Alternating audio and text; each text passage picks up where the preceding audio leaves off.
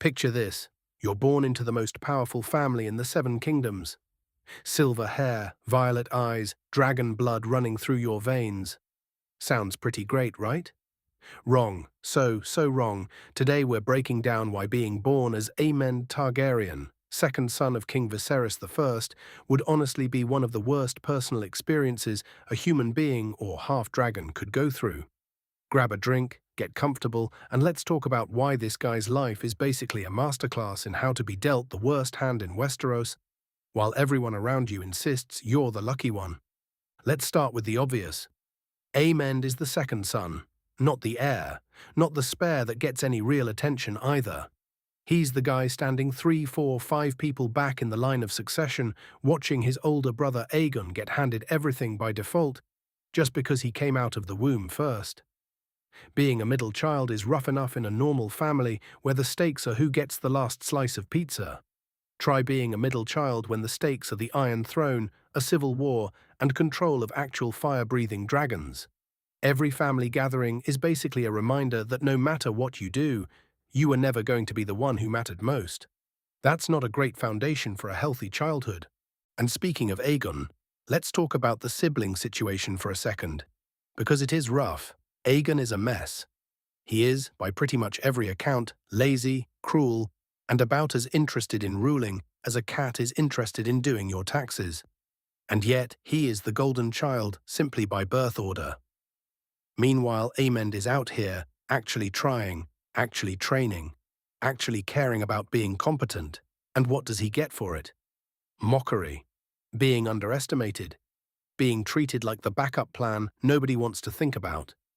Imagine studying for the test every single day while your brother skips class, parties all night, and still somehow gets to be class president because his name got pulled out of a hat first. That would make anyone a little bitter. Now let's get into the physical stuff, because Aemond does not have it easy in that department either. This is a guy who loses an eye as a child, not in some heroic battle, not defending the realm, but in a fight with his own family over an insult about his parentage. His own nephews jump him, and in the scuffle he loses an eye to Lucerys Velaryon. Think about that for a second. You're a kid. You get into a fight, and you come out of it permanently disfigured for the rest of your life. And then, to add insult to actual literal injury, the family more or less shrugs it off. There's no real justice, no real accountability. He just has to live with it, wear an eye patch, or eventually a sapphire prosthetic, so he doesn't scare the baddies at court, and carry that trauma around at every single public appearance for the rest of his life. That's rough. That's really rough.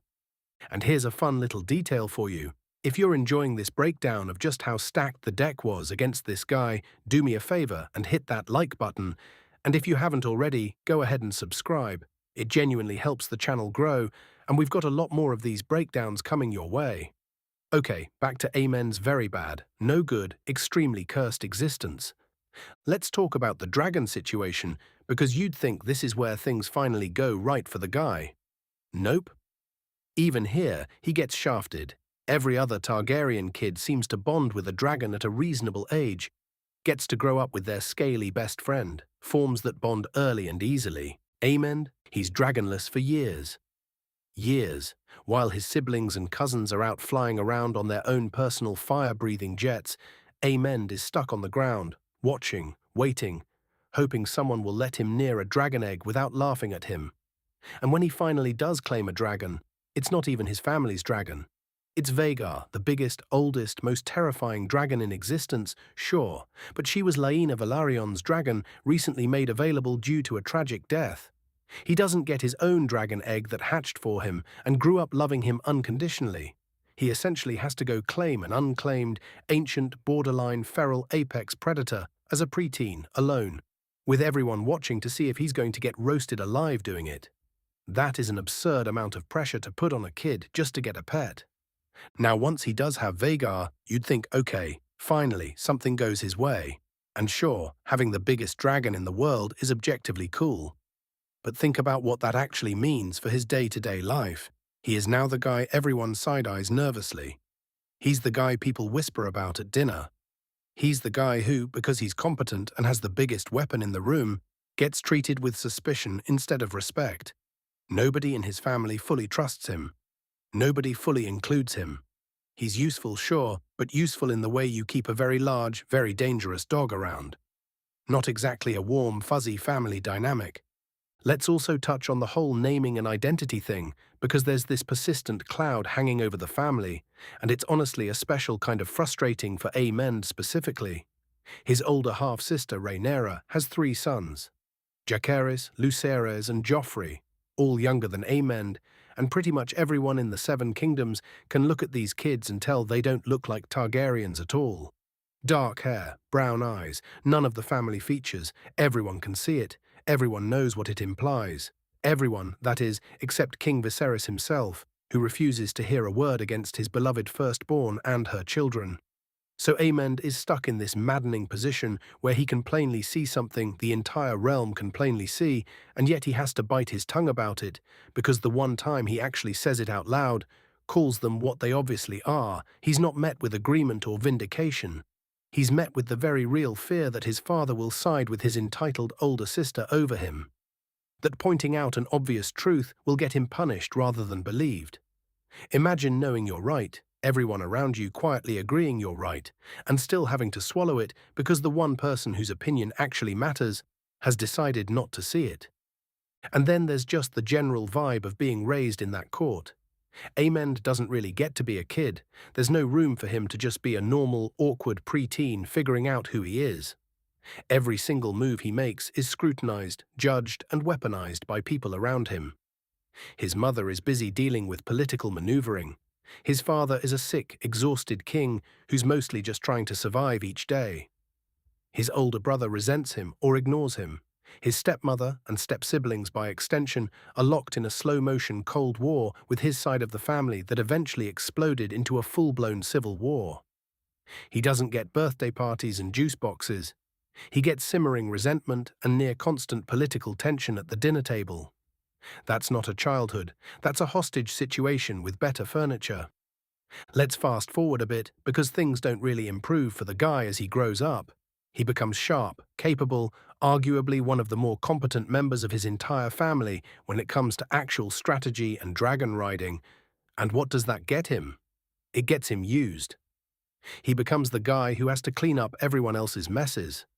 He's the one who has to step in and take control of situations his incompetent older brother creates. He's the one who has to make hard calls that nobody else wants to make, and then gets criticized for making them anyway. Being the competent one in a dysfunctional family isn't a reward, it's a punishment. You just become the built-in fixer, the guy who has to keep the whole operation from collapsing while getting none of the credit and all of the blame when things inevitably go sideways anyway. And of course, we can't forget the whole reason this family ends up in a civil war in the first place. Aemond didn't ask for any of this. He didn't ask to be born into a succession crisis. He didn't ask for the throne to be a coin flip between his sister and his brother. He just gets swept up into a war that isn't really his to fight, forced to pick a side, forced to fight and kill people he's related to, all because of decisions made by his father and grandfather decades before he was even born. Imagine inheriting a family business that's on fire, that's been on fire since before you were even hired, and everyone expects you to just deal with it, using dragons in the middle of a war. And here's where things get genuinely tragic instead of just unlucky. During that war, Aemond ends up in a chase above Storm's End with his nephew Lucerys, the same nephew who took his eye all those years earlier. Vhagar, remember, is enormous. She is old, she is powerful, and she is not exactly known for her restraint. Most accounts suggest Aemond didn't actually mean to kill the boy. If we read between the lines of the text, it seems much more likely that he lost control of his own dragon in the chaos of that confrontation. And Vhagar simply did what apex predators do. But nobody in the realm cares about intent when the result is a dead nephew. Aemond gets branded a kinslayer on the spot, probably the single worst reputation you can carry in this entire world, and it's a label that follows him for the rest of his life, whether or not he actually deserved it. Imagine losing control of a situation for a few seconds and having that moment define you forever, with no one particularly interested in hearing your side of it.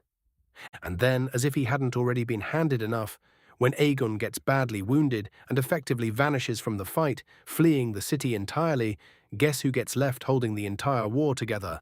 Aemond. Not to mention the small council Aegon installed is in shambles. He's the one who has to step up as Lord Protector, running the defense of King's Landing and the Green's entire war effort, while his own brother, the actual king, is off recovering and nowhere to be found. No time to grieve, no time to process any of what's happened to him. Just straight into the job nobody else was willing or able to do. And how does it end for him? He flies out to face his uncle Daemon at the God's Eye, dragon against dragon, uncle against nephew, and it ends with both of them dying in that lake. After everything, the missing eye, the branding as kinslayer, the years of being overlooked and underestimated, he dies out there fighting a battle that was never fully his to fight, cleaning up a mess he didn't create, with basically nobody left to mourn him properly. So when you actually add it all up, the missing eye, the years without a dragon of his own, the constant sibling rivalry, the being underestimated despite being competent, the being used as a weapon instead of loved as a person, the endless political scrutiny, the total lack of a normal childhood, getting branded a kinslayer for what was probably an accident, getting stuck running an entire war as Lord Protector while his brother hid from the consequences, and finally drowning at the bottom of a lake fighting his own uncle. Being born as Aemond Targaryen starts to look a whole lot less like a fantasy and a whole lot more like a cautionary tale. Sure, he's got a huge dragon and a cool sapphire eye, but would you actually trade places with him? I don't think I would, and honestly, after everything we just went through, I don't think you would either. If you made it this far, thank you for sticking around, that means a lot. If you enjoyed this one, seriously, hit that like button, subscribe if you're new here, and let me know down in the comments who you think had it worse, Aemond or someone else in this ridiculously dysfunctional family. Because trust me, there is no shortage of contenders. Thanks for watching, and I will see you in the next one.